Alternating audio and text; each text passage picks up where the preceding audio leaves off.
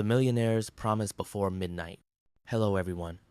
Before we begin today's story, I would like to ask for a small favor. If you enjoy cinematic healing stories filled with emotion, destiny, and second chances, please take a moment to hit the subscribe button, and do not forget to turn on the notification bell. It is completely free, and it helps our channel grow so we can continue bringing you more touching stories every week. Your support truly means the world to us. Also, feel free to share where you are watching from in the comments below. We love seeing our community gathering from every corner of the country. Thank you very much. Now, let us return to our main character.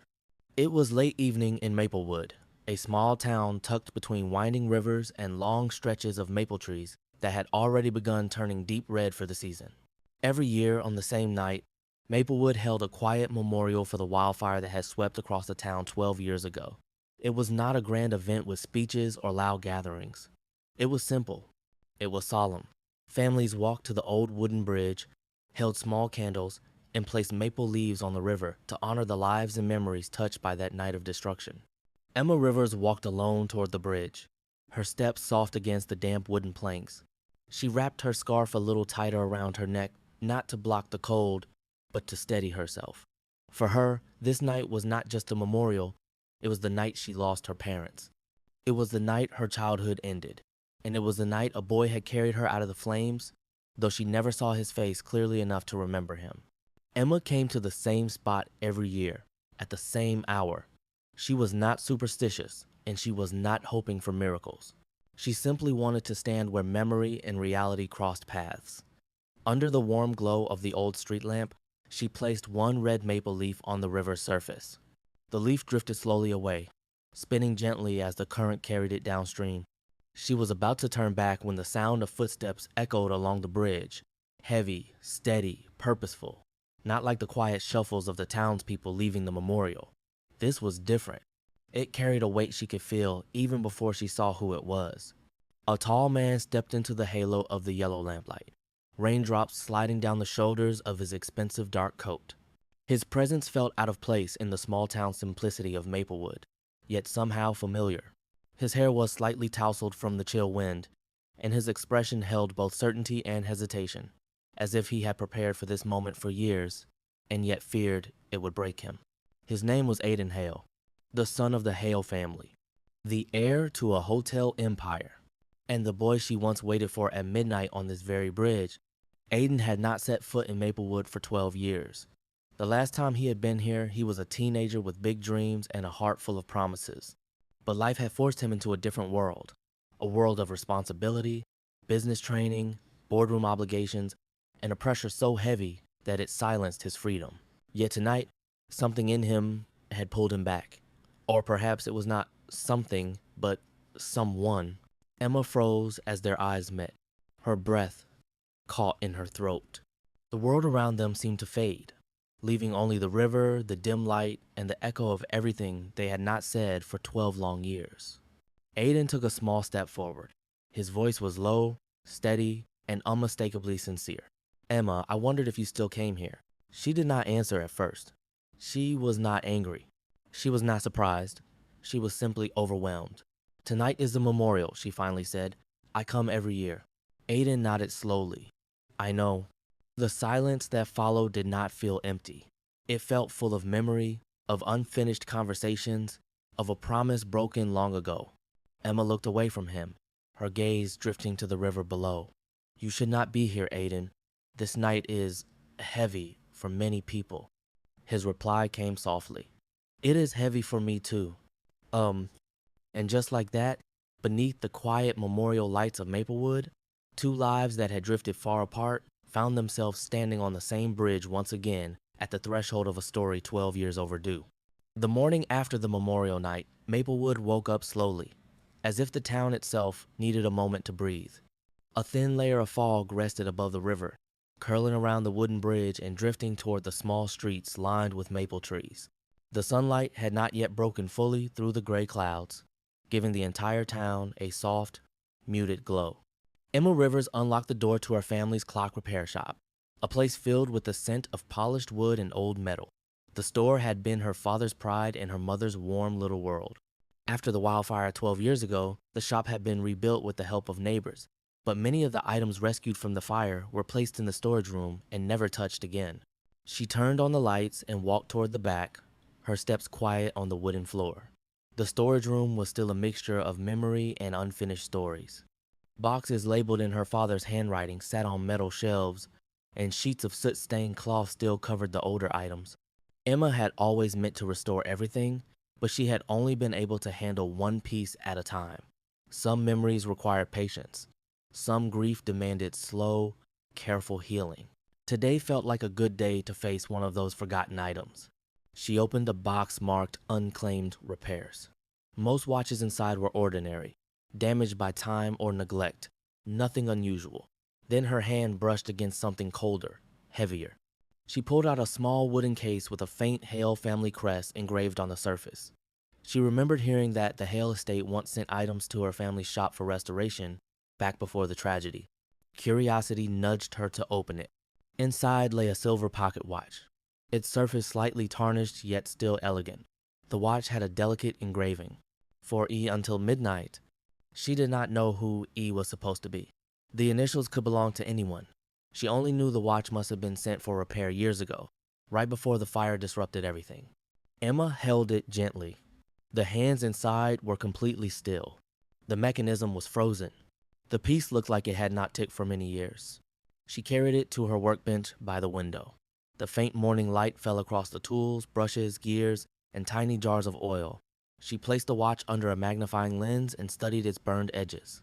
The fire had reached it, but somehow, the core mechanism looked intact enough to attempt a restoration. She opened the back panel and examined the inner gears. Some were warped, some had soot embedded deep into the metal. It was going to take hours of careful work. But Emma felt strangely pulled to the task, as if this watch carried something more than old metal and stopped time. She whispered softly, more to herself than to the room, "Let us see if we can bring you back." Outside, the fog began to lift. The river shimmered faintly in the early light. Emma worked in silence for a long while, her movements steady and familiar. Repairing clocks had always been her way of coping, of grounding herself.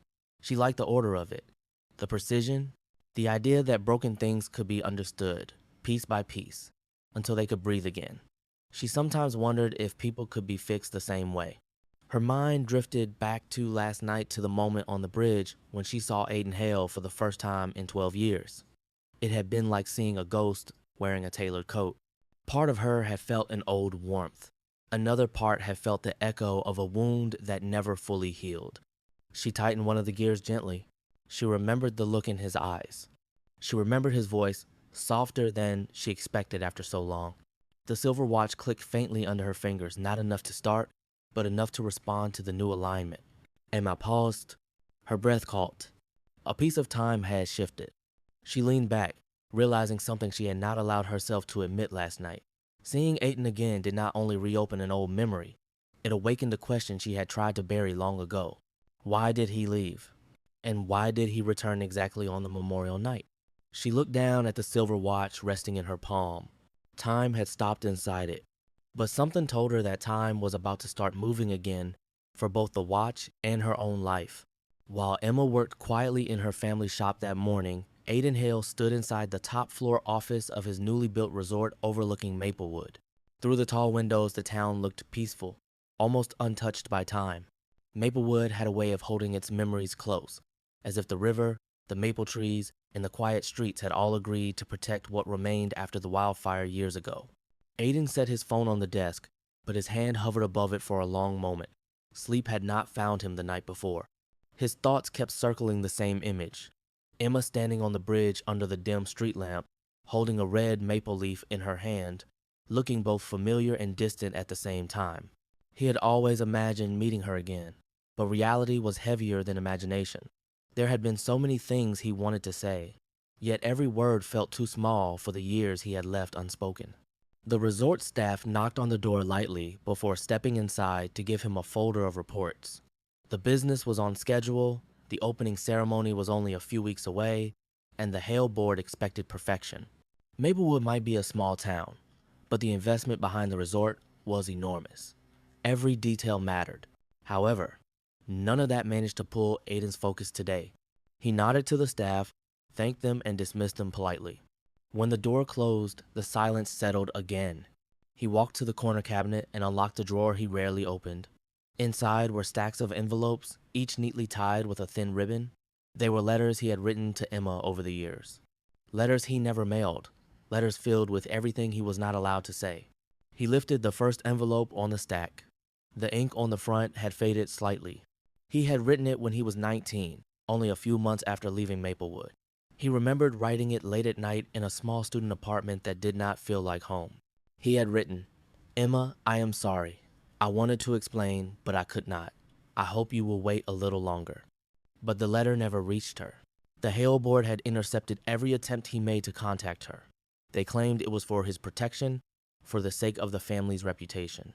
A relationship with a small-town girl, they said, would complicate his future as the heir to the empire.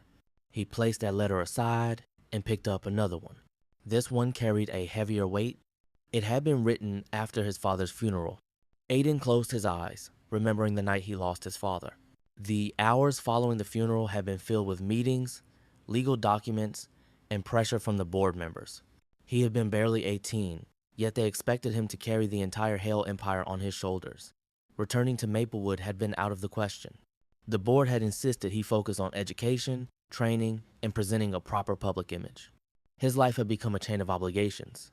Cities, meetings, boardrooms, and endless expectations. Somewhere along the way, the silence between him and Emma had become too wide to cross.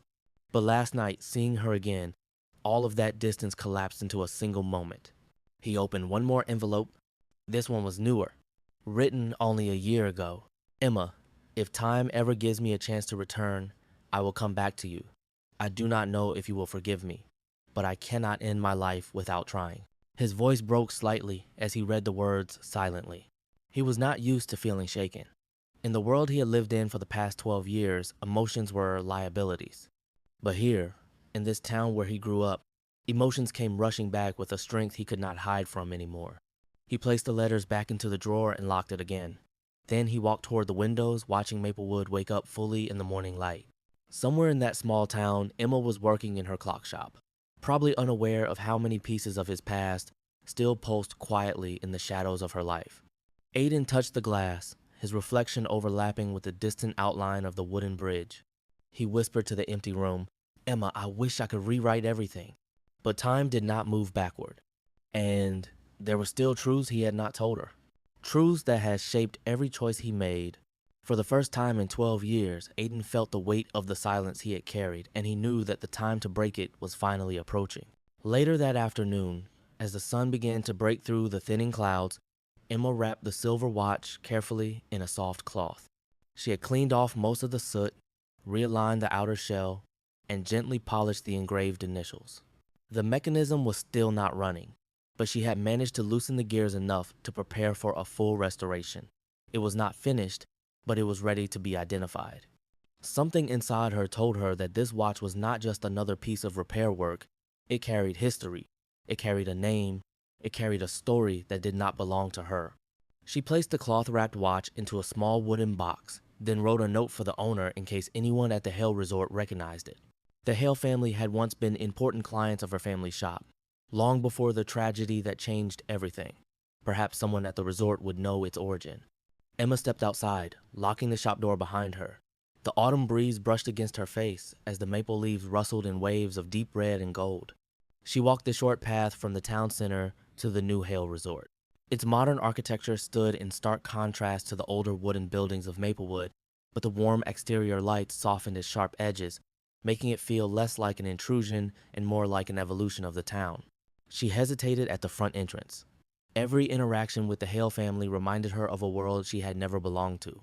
Aiden Hale, with his tailored suits and quiet intensity, was a reminder of what she had once hoped for and what she had lost. She took a deep breath, straightened her shoulders, and walked inside. The lobby was quiet at this hour.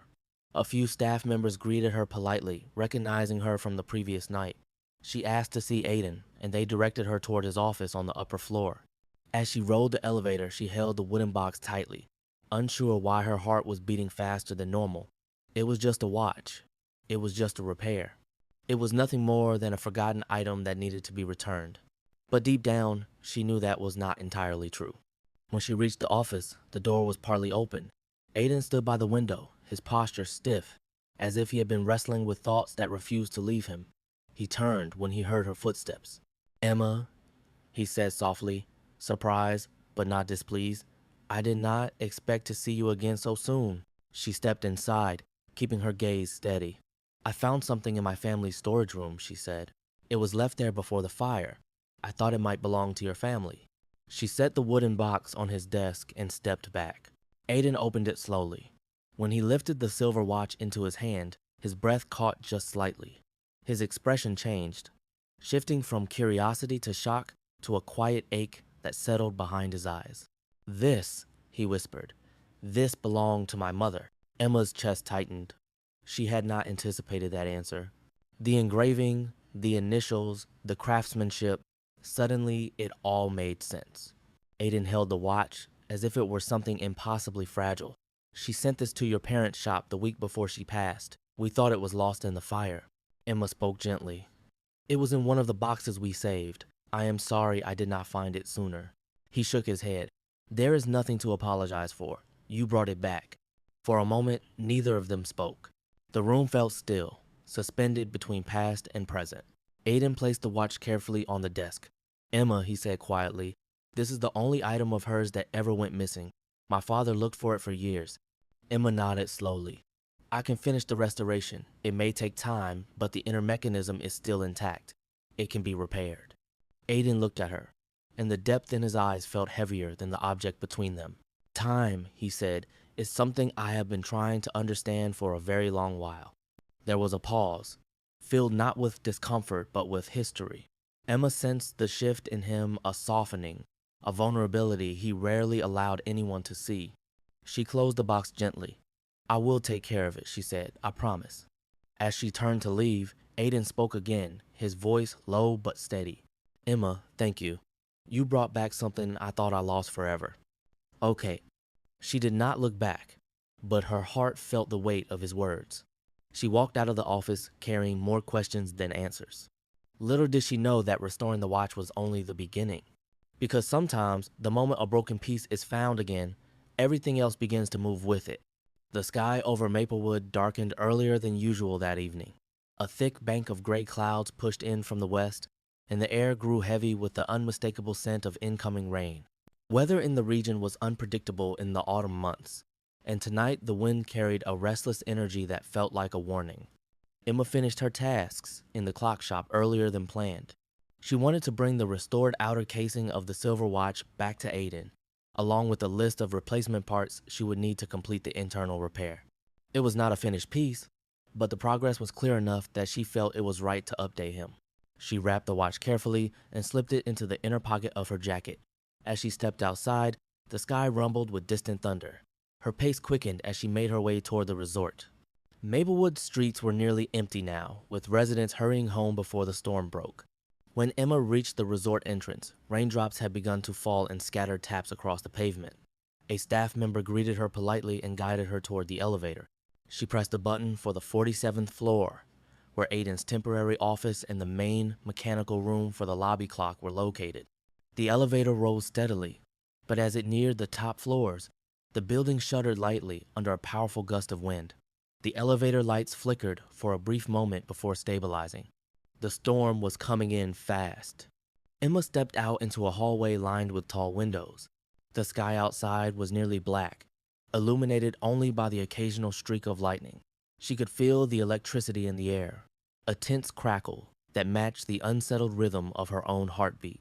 Aiden was in the mechanical room, examining the lobby's grand timepiece. The clock had been restored decades ago but had shown signs of mechanical strain during the resort's testing phase. He turned when he heard Emma enter. "You came back," he said, surprised yet relieved. She placed the cloth-wrapped watch on the tool table beside him. "I wanted to bring this to you. The outer shell is restored. The mechanism still needs work, but it is responding." Aiden lifted the piece with care.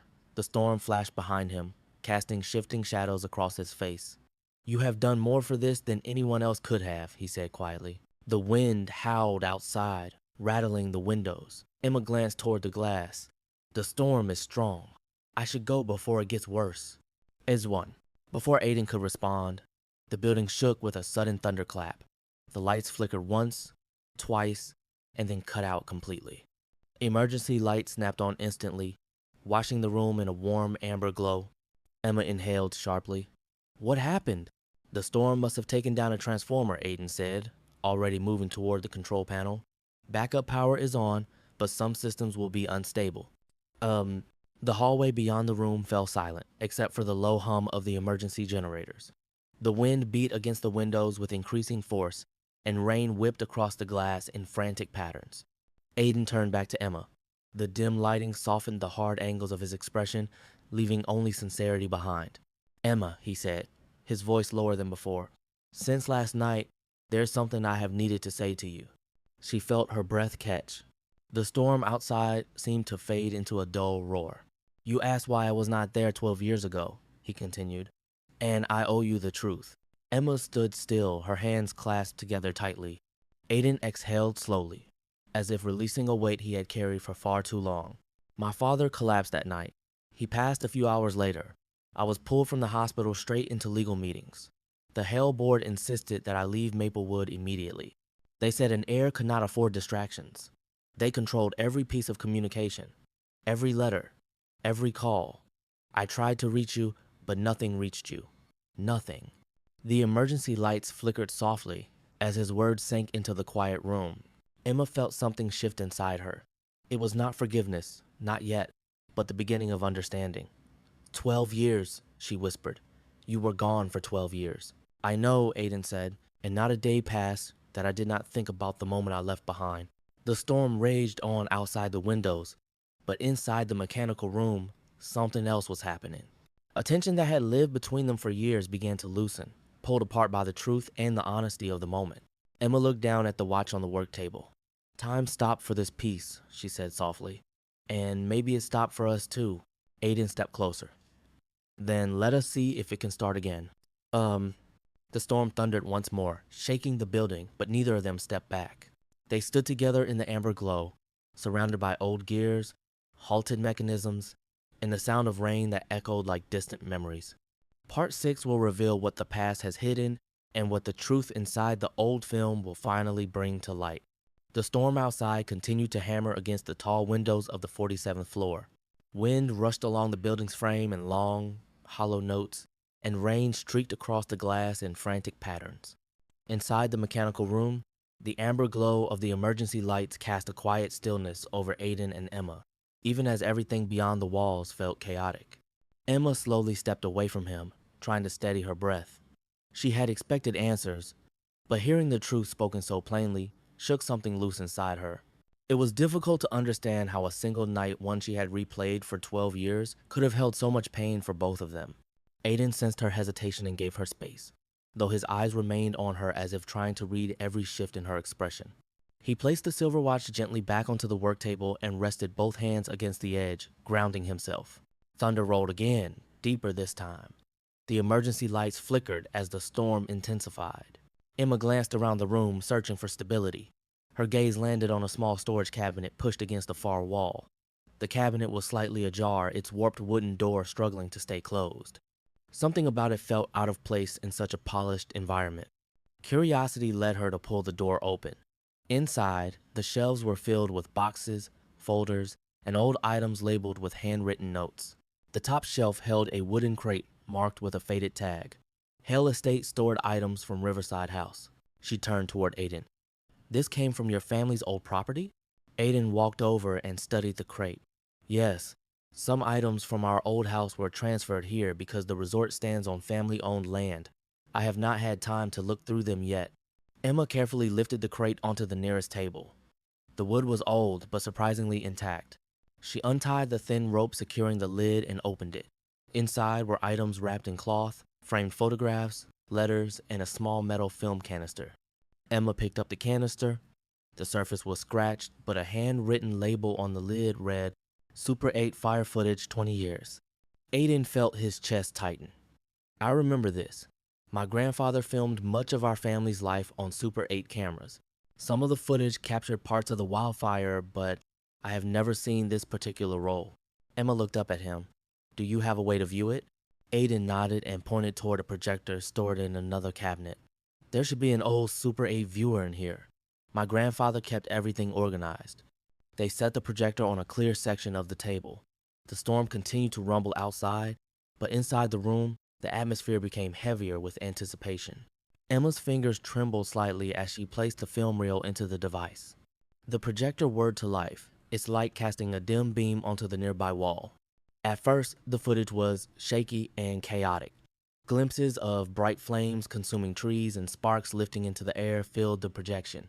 Then the camera focused more clearly on a wooden house near the river, the same area where Emma's childhood home once stood. The next scene made Emma's breath stop. The camera captured a boy, no older than 12, running out of the burning building. His clothes were covered in soot and his face was streaked with ash. In his arms he carried a small girl, barely conscious, her hair tangled with smoke. Emma stepped closer to the wall, unable to look away. The boy turned briefly toward the camera, his eyes wide with fear and urgency. Even though the image was grainy, even though the room was lit only by emergency lights, there was no doubt who he was. Aiden. And the girl he carried in his arms was her. Emma pressed a hand to her chest as her knees threatened to give way. Memories she had buried long ago flooded her mind, the heat of the fire, the sound of cracking wood, the feeling of being lifted, and the distant echo of a voice telling her she was safe. Aiden remained silent, standing behind her. His expression held a mix of shock and realization. He had never known. He had never connected the girl from that fire with the girl he met years later. Emma turned to face him, her eyes filled with disbelief and something deeper, something that felt like fate itself tightening around them. "You saved me," she whispered. "All this time, it was you." Aiden took a slow step forward, his voice almost breaking. "I had no idea. I never knew it was you. I only remember carrying someone out of the house. I never saw her again." And a long silence fell between them, heavy with the weight of a truth neither of them could have imagined. Emma looked back at the projection, then at the silver watch on the table. The pieces of her past, once scattered and buried, were suddenly, painfully clear. "Aiden," she said softly, "our lives have crossed twice, once in the fire, once on the bridge." He met her gaze, his voice quiet but certain. "Then maybe it is time we stopped running from what brought us together." Outside, the storm continued to rage, but inside the room something finally began to heal. The storm that had shaken the resort all night finally began to fade by dawn. The rain slowed to a steady drizzle, and a pale stripe of morning light stretched across the horizon. Yet inside Emma Rivers, the storm had not passed. The revelation from the old film kept echoing through every corner of her mind. She had been rescued as a child by the same boy who had later promised to return to her at midnight. The same boy who had vanished from Maplewood for 12 long years. The same man she had just stood beside in a dark room as time, memory, and truth converged in a way neither of them could have predicted. By late afternoon, the air felt heavy again, not with weather, but with decisions that had grown unavoidable. Emma stepped into her shop. She looked at the tools on the table, the silver watch that still needed careful repair, and the last of the morning's fog clinging to the windows. Everything in the room felt familiar, yet something inside her had shifted. The truth she discovered in the old film had unlocked questions she did not know how to carry. She packed a small duffel bag. She told herself she needed space. She needed clarity. Above all, she needed distance from the emotional weight that had grown too heavy to process. Maplewood had always been home, but it had also been the keeper of every painful memory that shaped her life. Emma walked through the shop one last time before turning the sign to closed. She slipped her keys into her pocket and stepped into the cool evening air. The streets were quiet, still glistening from the earlier rainfall. Maplewood's familiar scent of pine, river water, and faint wood smoke filled her lungs. She took a slow breath, steadying herself. As she walked toward the town square, her footsteps echoed faintly against the pavement. The square was nearly empty. A few stores were closing for the night, and the bakery owner swept fallen maple leaves from the walkway. The leaves had turned a bold red, filling the air with that unmistakable feeling of autumn nearing its peak. Emma reached the center of the square and stopped. The town clock tower rose above her, its hands glowing gently under the lantern light. Maplewood's clock was old, but its rhythmic chime had guided the town for decades. Children used it to know when to go home. Shops adjusted their hours by its hands. Residents joked that the town itself breathed to its timing. But tonight, as Emma looked up, something was different. The clock's second hand twitched, stuttering mid-movement. A faint clicking sound echoed across the square. Then, in an instant, the clock froze completely at 11:55 p.m. The silence that followed felt almost unreal. The bakery owner looked up in confusion. A couple walking near the fountain stopped mid-conversation. A stray dog paused as if sensing something unusual. Emma stared at the clock, her heart pounding with an unexpected heaviness. She did not know why it affected her so deeply. She only knew the timing felt impossibly symbolic, as if time itself was trying to warn her or plead with her not to walk away. But she continued toward the bus stop. She could not afford to read too much into coincidences. She told herself she needed a break from Maplewood, from old pain, from the weight of everything she had discovered. On the other side of town, inside the resort, Aiden Hale was meeting with his staff. The storm had caused minor structural issues, and the opening schedule needed adjustments. His mind should have been focused on business, but every thought detoured back to Emma. The moment he saw the old film replayed behind his eyes again and again, the image of himself at 12 years old, the girl in his arms, the fire, Emma, he excused himself from the meeting and walked toward the lobby, intending to clear his mind, when the town's backup generator sent a message notification to his phone. It displayed a real-time alert from the Maplewood Clock Preservation System, a monitoring program installed by the resort during construction. Main clock malfunction detected. Time stopped at 11:15 p.m. Aiden stopped walking, his breath caught. Of all the minutes in an entire day, of all the possible mechanical failures, something inside him fractured open. He knew Emma well enough to understand what that time meant. 11:55 p.m. 5 minutes before the midnight promise he never kept.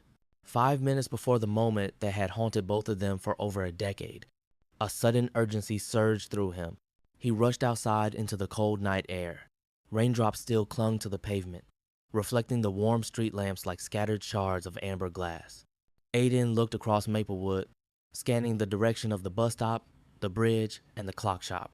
His heartbeat pounded like footsteps on the wooden bridge of his memories. If Emma was leaving tonight, if she was walking away from everything, then he had only minutes to find her. He ran down the resort steps, across the wet pavement, through the quiet streets of Maplewood where every light felt like a fading chance. The town clock remained frozen behind him. 11:55 p.m. As if time itself refused to move forward without her, Aiden Hale ran through Maplewood as if the entire town were slipping away with every passing second. His shoes splashed through shallow puddles left by the storm, and the cold evening air pressed sharply against his lungs. Storefronts blurred past him, closed diners, dark windows, familiar buildings that had once felt small and distant to him. Tonight, they felt like witnesses to a race he could not afford to lose. He checked his phone again. 11:57 p.m. The town clock in the distance still sat frozen at 11:55, its hands refusing to move. The stillness of it reminded him of the silver watch Emma had been trying to fix, the one that had carried his mother's initials and her final message. Everything in his life seemed to lead back to moments where time stopped, moments he had never understood until now. He headed toward the old wooden bridge. It was the only place that made sense. The only place where Emma's footsteps would naturally lead when she needed space from the world.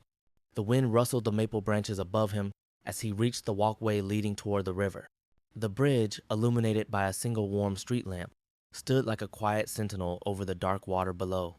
And there, at the center of the bridge, stood Emma Rivers, her duffel bag at her feet, her posture still and undecided, as if fear and hope were pulling her in opposite directions.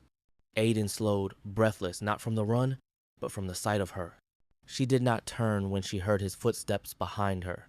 Instead, she kept her eyes on the river, where ripples caught small fragments of lamplight and carried them downstream. He approached her cautiously, as if getting too close might break the fragile moment. "Emma," he said, his voice low but steady, "please do not leave." She closed her eyes briefly before turning to face him. Her expression was calm, but the quiet hurt behind it was unmistakable.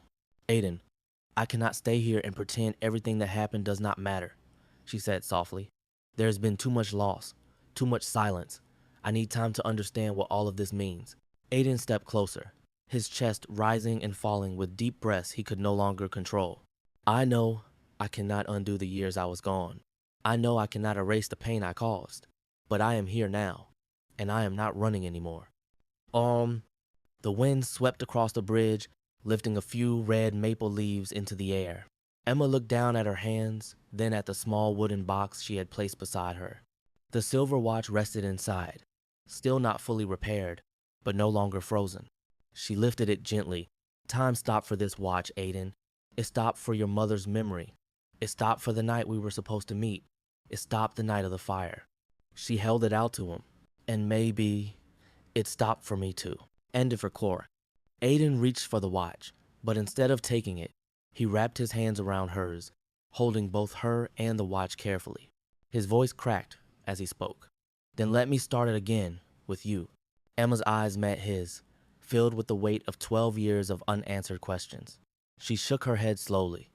It is not that simple. You cannot fix everything with one apology. I know, Aiden said, but I am not offering an apology tonight. I am offering the truth. The lamplight softened the angles of his face as he stepped even closer. He gently closed his fingers over hers. Emma, every year I wrote you letters I could not send. Every year I hoped time would give me another chance. And every year I told myself that if I ever saw you again, I would not waste a single minute. I want to earn your trust back, not with promises, but with actions. Emma looked down at their hands. The warmth of his touch eased some of the tension pressing on her chest, but fear still lingered. Why now? She whispered. Why did it take so long? Aiden exhaled slowly. Because I was a boy trying to carry a man's responsibility, and I was afraid of letting anyone see how much I was breaking inside. But last night, when the old film played, when I saw myself carrying you out of that fire, I understood something. Emma lifted her gaze. What did you understand? Aiden's voice softened, almost reverent. That fate did not cross our paths once. It crossed them twice, and I do not believe it did that for no reason. Emma's eyes glistened, the emotion finally catching her off guard. She looked away toward the river, where the reflection of the frozen town clock shimmered faintly. His phone vibrated. 11:59 p.m. Aiden gently placed the silver watch into her hands. It was the only heirloom his mother had left behind. The only piece of his past that had survived time, fire, and separation. Emma, he said softly, if this is my last minute with you tonight, then let me use it to give you the one thing I never gave you 12 years ago. He closed her fingers around the watch. I came back. The town clock remained frozen behind them, but in Emma's hands, the silver watch gave a soft, almost imperceptible click. And time, for the first time in years, felt ready to move again. The night air on the wooden bridge felt colder as the last seconds before midnight slipped through the town. Emma stood facing Aiden, the silver watch held tightly in her hands. It was the only sound. She focused on the faint tick that had begun deep inside the mechanism, subtle but unmistakable. After years of silence, the watch had found movement again. Aiden watched her with a quiet intensity, as if every breath he took depended on the answer she had not yet given. His voice remained steady when he spoke, but there was a softness beneath it that she had never heard from him before. Emma, he said, you do not have to decide everything tonight. I only want one chance to show you the man I have become, not the boy who disappeared. Emma looked at him, her eyes reflecting the lamplight and the weight of the past 12 years. You came back, she whispered. That is something I never thought I would hear. Aiden took a slow step closer. I came back because I realized that time does not heal distance. People do. And you are the person I have been searching for every year since I left Maplewood. Emma lowered her gaze to the silver watch. It no longer felt like an object from his past. It felt like a bridge between them, a piece of truth, a piece of loss, and now, a piece of hope. Behind them, the frozen town clock still stood at 11:55 p.m. The stillness of it made Maplewood feel suspended in time, as if the entire town were waiting for her decision as well. Emma took a deep, steady breath. The water beneath the bridge rippled softly, carrying reflections of the lamplight across the river. She looked up at Aiden again. I am not running, she said. Not anymore. Aiden's expression shifted, the tension in his shoulders easing for the first time that night. He did not move toward her too quickly. He did not overwhelm the moment. He simply reached out and lightly touched her hand, grounding them both. Then let us walk forward together, he said. She nodded. It was small, but it was enough. A soft chime echoed across Maplewood, catching both of them by surprise. Emma turned toward the clock tower. The frozen hands twitched, struggled, and then released. With a slow, deliberate motion, the minute hand advanced. Midnight. A warm breeze swept through the maple branches overhead, scattering a handful of red leaves across the bridge. It felt like the town itself was exhaling, releasing a breath it had been holding.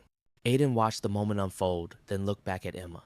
It seems Maplewood is ready to move forward as well. Emma smiled for the first time that night. Maybe it is time we do the same. A few weeks later, the autumn colors reached their brightest. The trees along the riverside glowed with deep shades of red and gold, and the crisp air carried the faint scent of pine and distant wood smoke. It was the season Maplewood was known for, a season of endings, beginnings, and quiet miracles. Aiden led Emma along a stone path bordered by soft green grass.